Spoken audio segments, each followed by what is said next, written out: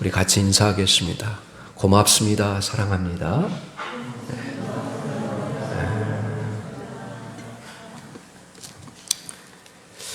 예수님의 복음서의 공통된 점은 뭐냐면 예수님이 초기 공생의 사역에서 가장 초점을 두었던 것이 기적입니다. 그래서 이 기적을 통해서 예수님이 하나님의 아들 되심과 그리고 구원자이심을 드러내는 데 초점을 맞추고 있습니다. 그래서 사복음서가 마태복음, 마가복음, 누가복음, 요한복음이 초반에는 다 기적을 중심으로 이렇게 기록이 되어 있습니다.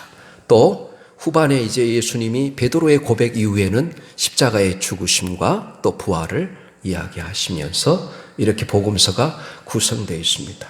예수님이 이 기적을 통해서 이 간접적인 증거를 통해서 자기가 메시아이심을 드러내는 것입니다. 예수님은 한 번도 자기가 직접 자기가 하나님이시고 하나님의 아들이시라는 것을 그렇게 강조하지 않습니다. 기적을 통해서 하나님만이 하실 수 있는 일들을 통해서 그가 하나님 되심을, 하나님 아들 되심을 드러내시는 것이죠. 오늘 이 본문 말씀은 12살 소녀가 죽음에서 다시 살아나는 부활의 기적과 같은 사건을 기록하고 있습니다. 그 소녀는 죽었습니다. 죽음은 나이 많은 사람뿐만 아니라 청년도 삼키고 어린아이도 삼킬 수 있습니다. 12살 먹은 소녀, 그 죽은 소녀 곁에 예수님께서 다가오셔서 그리고 한마디 말씀을 하십니다. 달리다고 일어나라. 그래서 죽었던 아이가 살아났습니다. 아람어 달리다 굼은 그 당시 일상에서 상당히 많이 쓰였던 일상의 용어입니다. 우리 아이들이 10대가 되면 잠을 이기지 못할 때가 많지 않습니까? 그래서 학교 갈 시간이 되면 부모님들이 애야 어서 일어나거라. 그런 일상의 용어였어요. 달리다 굼이 이럴 때 쓰는 단어였습니다.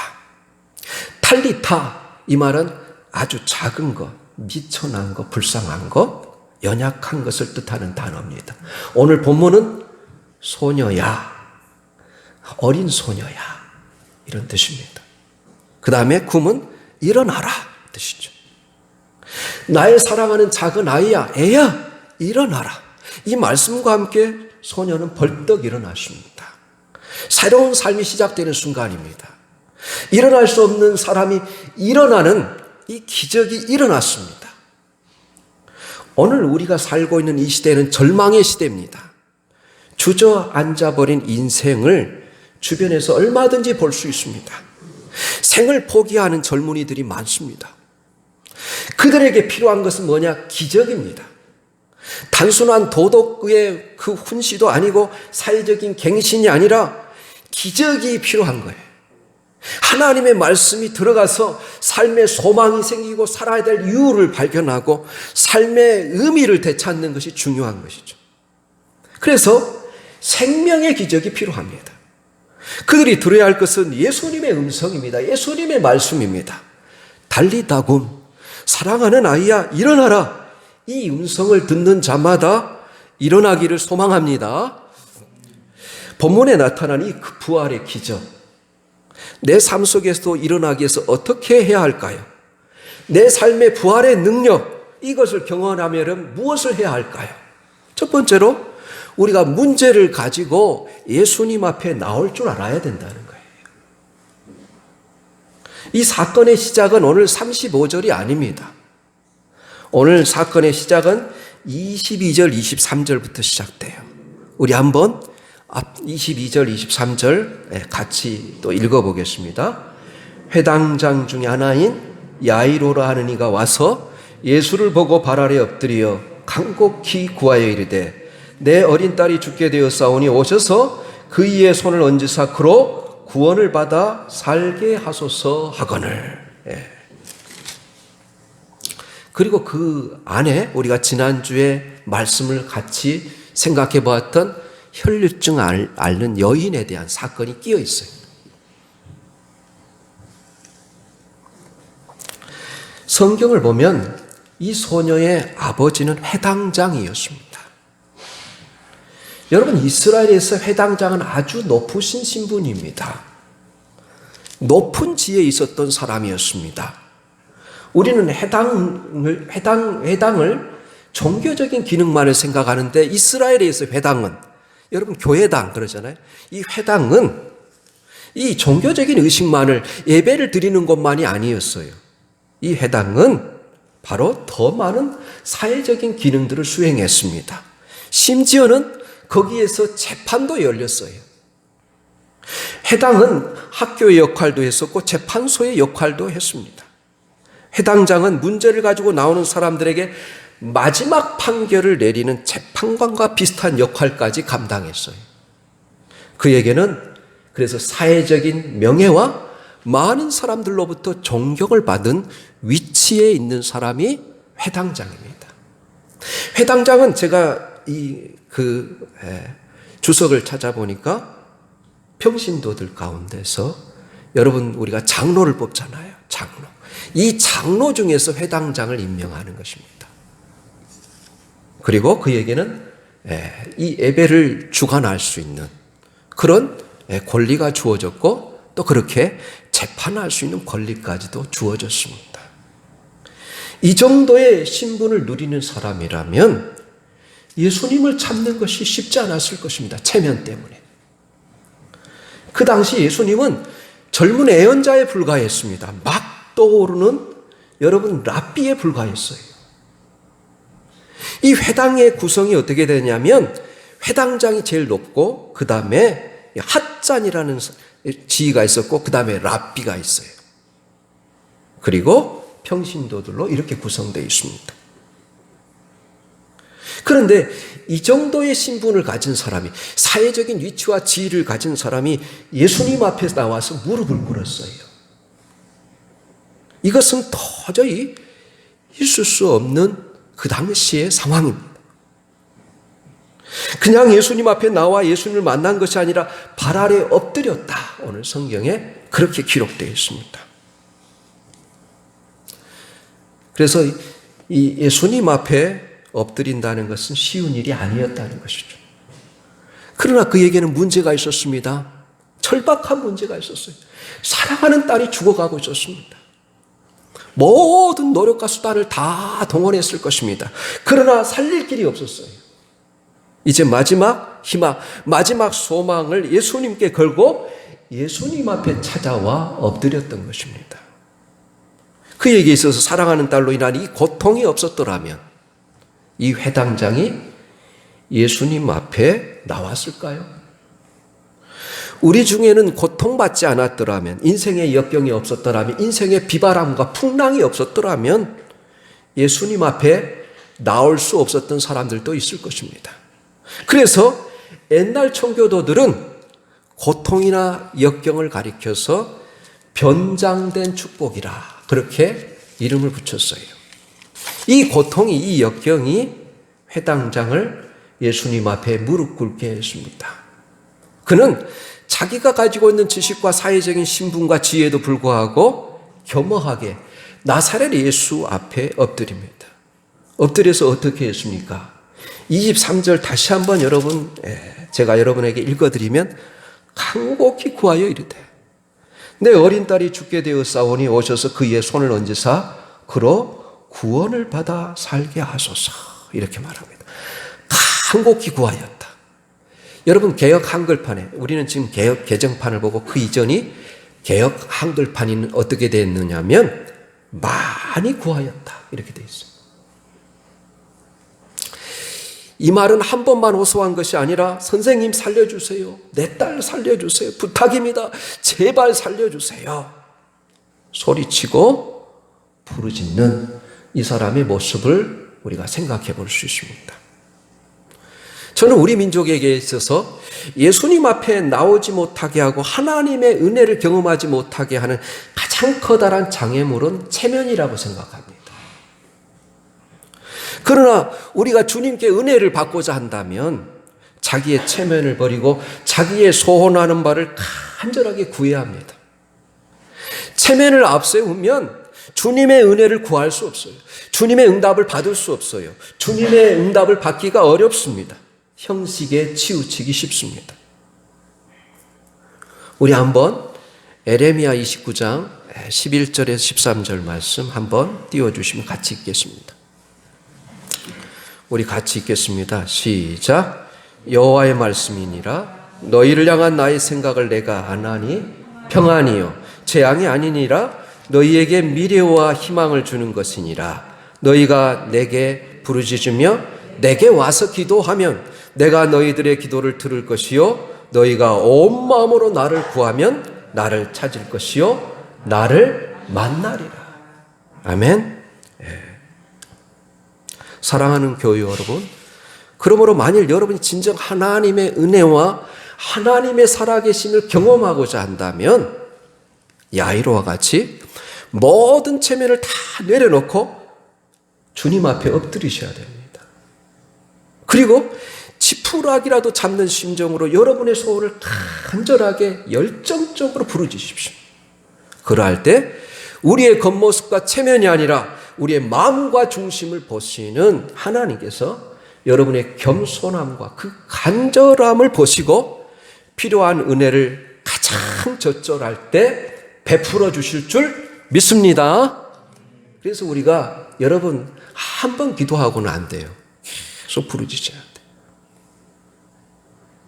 두 번째로 우리 인생에서 부활의 능력, 부활의 소망을 체험하길 원한다면 아직 문제가 해결되지 않았을지라도 예수님과 함께 걸으십시오. 예수님과 함께 동행하십시오. 계속 친밀한 관계를 가지십시오. 오늘 23절입니다. 한곡이 구하여 이르되 너 내 어린 딸이 죽게 되었사오니 오셔서 그의 손을 얹으사 그로 구원을 받아 살게 하소서. 이렇게 예수님께 구했어요. 그러니까 그 다음에 어떤 일이 생깁니까? 24절에 이에 그와 함께 가실세 이렇게 되어 있어요. 예수님이 그와 함께 가셨습니다. 예수님이 그와 함께 동행하십니다. 예수님이 응답하셨어요. 필요하면 여러분 주님이 응답하신다는 사실을 믿으십니까? 그런데 내가 가지고 있는 이 문제와 갈등과 불안에도 불구하고 왜 예수 그리스도를 초청하지 않느냐 하는 것입니다. 우리 예수님은, 우리 하나님은 인격적이신 분이세요. 철저히 우리 마음에 진심으로 그분을 원할 때 찾아오시는 거예요. 예수님, 주님 나를 불쌍히 여겨주세요. 주님을 나의 주님으로 인정합니다. 환영합니다. 모셔드립니다. 이러한 마음으로 주님을 간절히 우리 마음속에 인격적으로 모셔드릴 때 주님이 우리에게 찾아오십니다. 우리의 상황 가운데 찾아오시는 것입니다. 우리 가정의 주인으로 찾아오십니다. 우리의 고통 가운데 찾아오십니다. 그래서 우리가 주님을 인격적으로 정말로 진심으로 환영할 때 우리 주님이 우리의 기도에 응답하시고 찾아오시는 거예요. 그때 많은 사람들은 나사렛의 촌놈으로 생각했어요, 예수님을. 그래서 예수님이 십자가에 결국 못 박힌 이유가 뭐냐면 예수님의 그 출신, 예수님의 보잘것없는 그의 가난함, 이런 것들을 보고 겉모습을 보고 예수님을 판단합니다. 그러나 우리가 예수님이 하나님의 아들이심을 믿는다면 진심으로 그분을 주인으로 초청하시고 환영하십시오. 여러분 안에 예수님이 오시면 우리가 뭐 미친 사람들과 같이 그렇게 되는 것이 아니라 정말로 영이 맑아지고 차분해지고 더 평안해집니다. 그런데 많은 사람들이 예수님이 오시면 큰일 날 것이라고 생각해요. 아니에요. 정말로 여러분이 치유 사역을 하시는 분들 그리고 큰 기적을 나타내신 분들 찾아가 보면 너무너무 여러분 평안하고 차분하고 여러분 큰 소리로 기도하지 않아요. 그렇습니다. 그래서 예수님을 초청하셨어요. 그래서 해동장 야이로는 예수님과 함께 지금 자기 집을 향하여 걷기 시작합니다.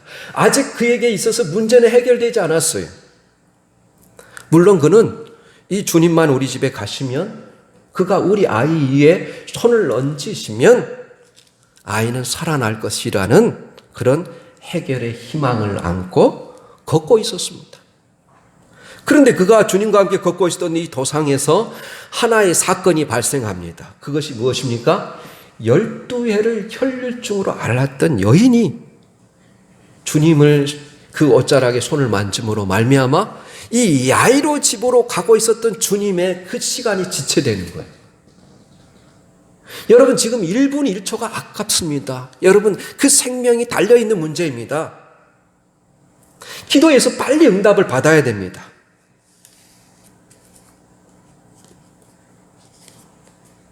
여러분 오늘 이 혈류증을 아는 사람도 12년, 그리고 이 아이의 나이가 몇 살이에요? 12살입니다. 성경에서 12는 하나님의 완전한 치유와 하나님의 역사를 상징하는 하나님의 완전한 숫자예요. 왜 주님이 이런 사건을 허용하셨을까요? 왜 주님이 지금 급하게 가고 있는데 여러분 이 혈류증을 앓는 여인을 고쳐야만 했을까요? 이것은 회당장의 믿음을 강화시키려 하시는 의도적인 사건이었습니다. 내 문제가 급합니다. 내 문제가 지금 빨리 해결돼야 됩니다. 가만히 보니까 모든 사람은 다 응답을 받고 좋은 일들이 일어나는데 나만 응답이 되지 않는 것 같아요. 다른 사람이 기도 응답을 받고 문제 해결을 경험하는 것을 보면서 여러분은 무엇을 느끼십니까? 하나님, 다른 사람의 기도는 다 들어주시는데 왜 내 기도는 안 들어주십니까? 이렇게 접근하지 마시고 내 친구의 기도를 응답하신 주님, 권사님의 기도를 응답하신 주님, 우리 집사님의 기도를 응답하신 주님, 내 기도도 응답해 주실 줄 믿습니다. 이러한 마음으로 접근해야 돼요. 우리 주변에 기쁜 소식을 들린 사람들 있잖아요. 어떤 사람이 집을 샀어요. 그런데 나도 그러한 간절한 소원을 품고 있어요. 그렇다면 그때 하나님, 나도 집을 살 수 있는 그런 경제적인 거 하나님이 불을 내게 주세요. 이렇게 기도하라는 거예요. 오늘 내 이웃을 불쌍히 여기신 주님, 오늘 12년 동안 혈류증을 앓았다가 인생을 포기해버린 이 사람의 기도를 들으시고 자비를 베푸셔서 치료해 주신 주님, 내 집에도 오셔서 동일한 역사를 이루실 줄 믿습니다. 이처럼 이웃들을 보면서 내 믿음이 강화되고 주님께 대한 소망이 커지는 거예요. 여러분, 우리 신앙생활은 무엇입니까? 믿음이 커지는 거예요. 소망이 넘치는 거예요. 그리고 우리가 사람들을 대할 때 한 영혼을 정말로 진심으로 사랑하는 마음으로 대하는 것. 이 믿음, 소망, 사랑이 자라는 것이 신앙이거든요.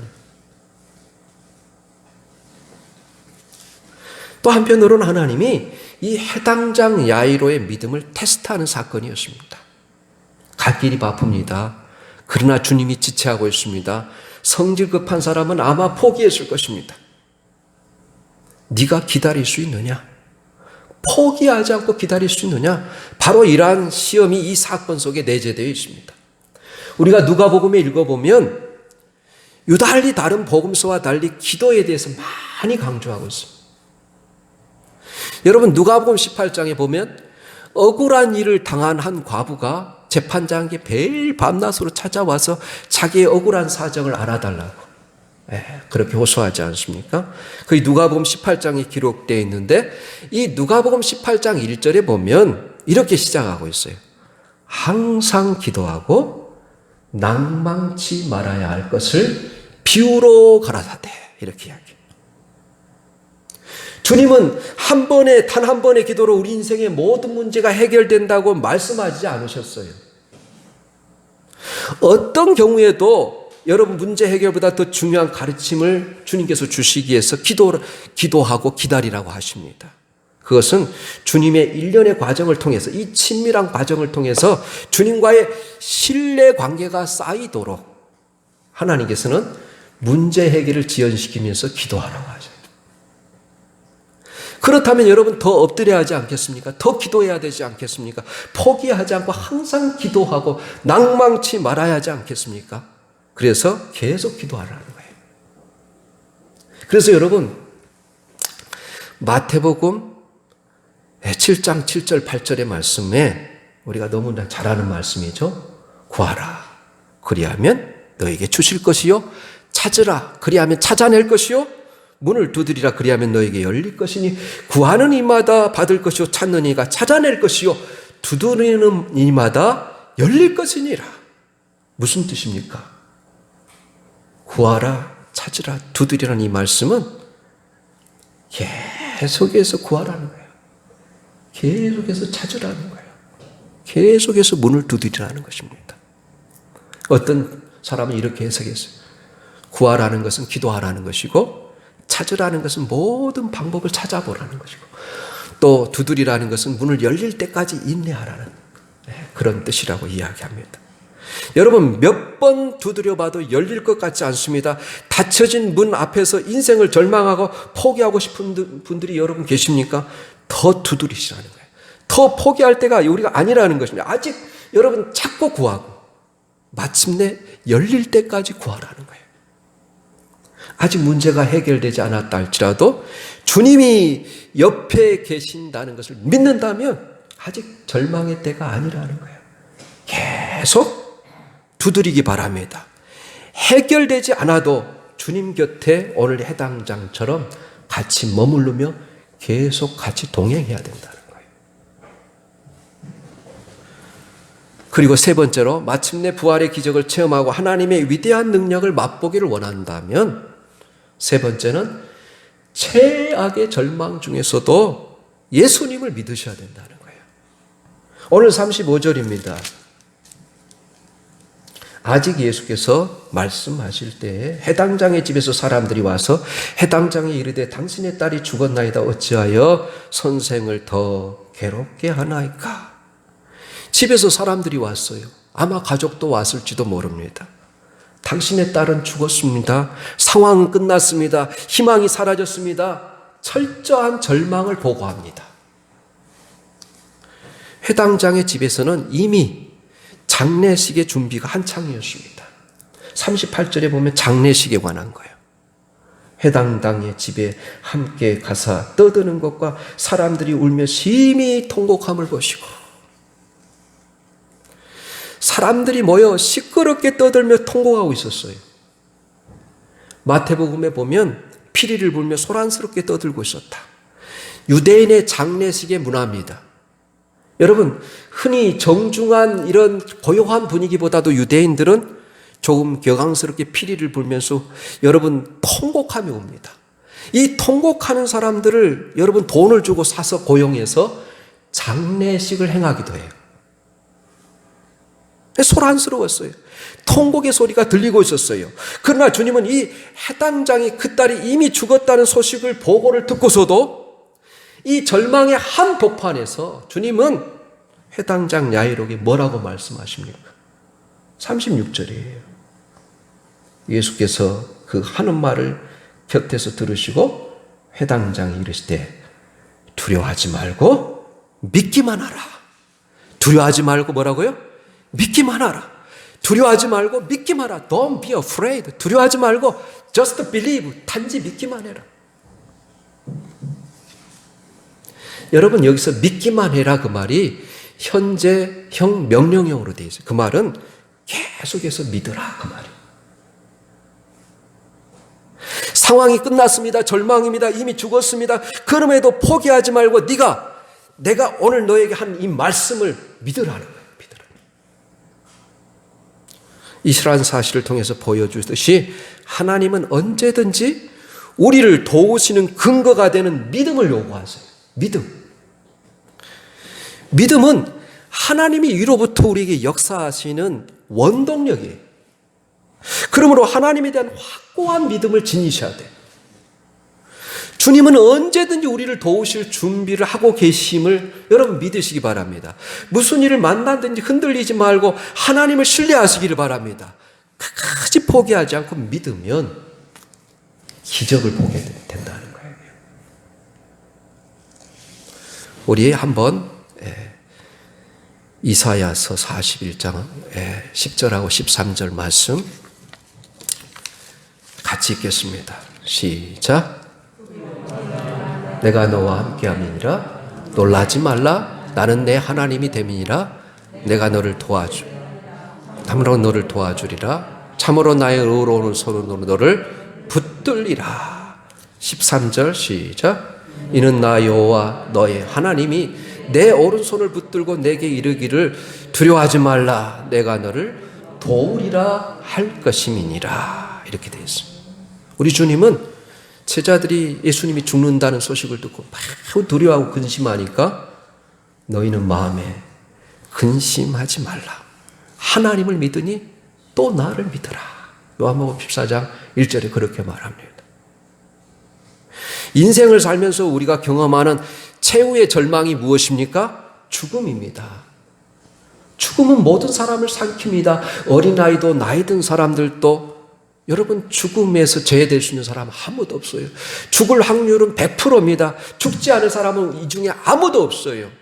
그러나 이 절망의 최악의 절망 중에서도 우리 주님은 끝까지 믿음을 요구하세요. 여러분 생각해 보세요.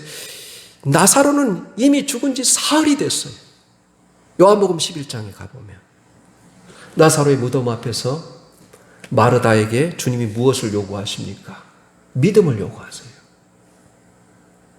그래서 놀라운 메시지가 있지 않습니까? 나는 부활이요 생명이 나를 믿는 자는 죽어도 살게고 무릇 살아서 나를 믿는 자는 영원히 죽지 아니라 이것을 내가 믿느냐? 마르다에게 물으셔요. 내가 믿으면 하나님의 영광을 보리라. 우리가 최악의 절망 속에서도 주님을 믿으면 그 믿음을 통해서 하나님의 영광의 기적을 체험하게 될 것이다. 그렇게 말하는 거예요. 그런데 여러분, 예수님은 이상하게 죽음을 다 잔다라고 표현해요. 요한복음 11장에도 이미 여러분 나사로가 죽은 줄 알았어요. 그런데 예수님이 제자들에게 나사로가 잔다 그래요. 그러니까 제자들이 진짜 잔 줄 알고 그러면 낫겠습니다. 그렇게 이야기해요.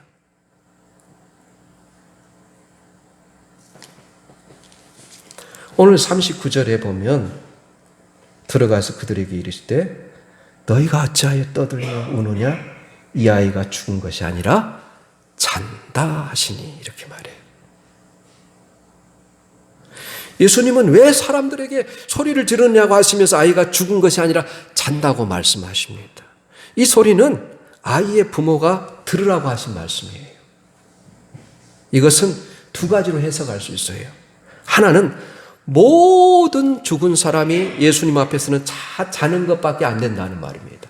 결국 예수님이 다시 오시면 다 깨어날 수 있어요. 특히 믿는 자는 다 그렇죠. 예수님은 언제든지 그를 다시 살릴 수 있기 때문에 이렇게 말하는 거예요. 또 하나는 이미 예수님은 이 야이로의 믿음을 보셨어요. 야이로의 믿음을 보시고 딸을 살리기로 작정하신 거예요. 예. 여기서 잠잔다고 할 때 이것이 우리가 살아있는 사람의 기준이라는 걸 알아야 됩니다. 어떤 사람은 죽은 성도가 무덤 속에 잠만 자는 것으로 생각하는데 그렇지 않습니다. 우리가 죽는 순간 우리의 영은 육신을 벗어나서 아주 여러분 자유롭고 더 풍성한 상태에서 하나님께 나아가 하나님을 섬기는 거예요. 여러분. 단지 우리가 보기에 육신이 움직이지 않고 잠든 것처럼 하고 있을 뿐이죠.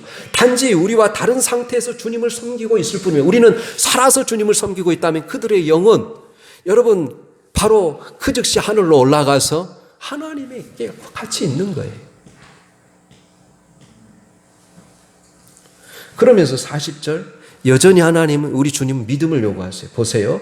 40절에 그들이 비웃더라. 예수께서 그들을 다 내보신 후에 아이의 부모와 또 자기와 함께 한 자들을 데리시고 아이 있는 곳에 들어가사. 예수님의 말씀을 믿지 아니하고 여러분 수군거리는 사람을 다 여러분 예수님이 내보내세요. 어떤 사람만 데리고 들어가시냐면 야고보와 베드로와 요한만 데리고 가고 부모님들만 거기에 참석하는 거예요. 믿음이 없는 사람들, 예수님의 말씀을 비웃고 조롱하는 사람들 다 내보내시고 믿음이 있는 사람들만 데리고 가세요. 그리고 기적을 베푸는 거예요.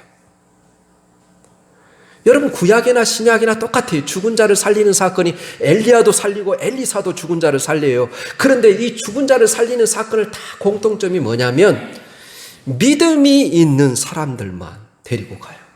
그리고 다른 사람과는 다 격리를 시켜요. 그리고 기적을 베풀어요. 네.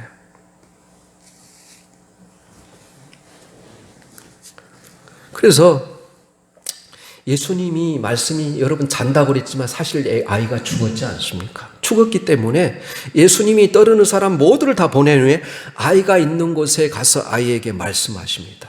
얘야, 달리다고. 단순한 잠을 깨우는 것이 아니라 죽는 아이를 살리는 말씀입니다. 우리가 듣고 믿는 말씀, 우리가 오늘 여러분 성경을 읽고 선포하는 이 말씀이 살아있는 생명의 말씀이에요. 죽은 자를 살리며 없는 것을 있게 만드시는 그 창조의 말씀입니다. 그러자 예수님의 말씀이 이 아이는 그 자리에서 일어나 걸어 다녔어요.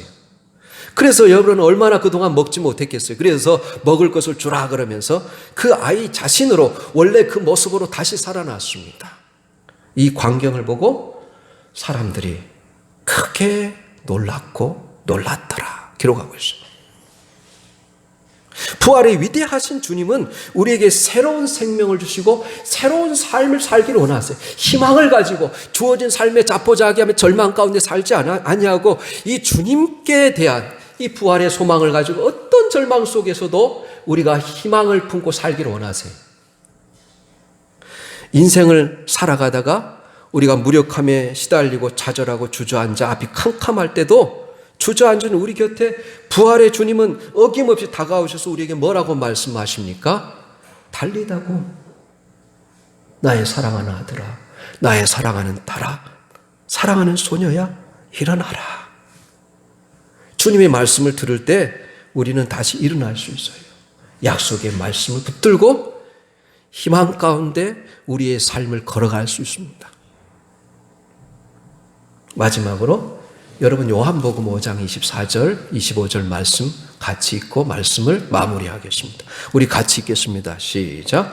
진실로 진실로 너희에게 이르노니 죽은 보내신 이를 믿는 자는 영생을 얻었고 심판에 이르지 아니하나니 사망에서 생명으로 옮겨졌느니라. 진실로 진실로 너희에게 이르노니 죽은 자들이 하나님의 음성을 들을 때가 오나니 곧 이때라. 듣는 자는 살아나리라. 아멘. 죽어있던 자들은 하나님의 음성을 듣는 순간 살아날 것입니다. 그렇습니다. 주님의 음성, 주님의 말씀에는 생명이 있습니다. 주님이 말씀하시면 이 말씀은 소망이 되고 희망이 되어서 우리가 주님의 말씀을 신뢰하는 순간 절망을 박차고 일어날 수 있는 것입니다. 사랑하는 교회 여러분, 어떤 절망의 자리에 있을지라도 달리다고 말씀하시는 이 예수님의 위로와 격려의 말씀을 내게 주신 음성으로 듣고 일어나시기를 예수님의 이름으로 축원합니다. 아멘. 하나님 아버지, 달리다군 소녀야 일어나라 말씀하시는 이 음성을 우리 온 성도들이 듣고 어떤 절망의 자리에서도 어떤 하나님 아버지 불안한 상황 속에서도 두려움의 상황 속에서도 일어날 수 있도록 하나님 역사하여 주시옵소서. 예수님의 이름으로 기도하옵나이다. 아멘.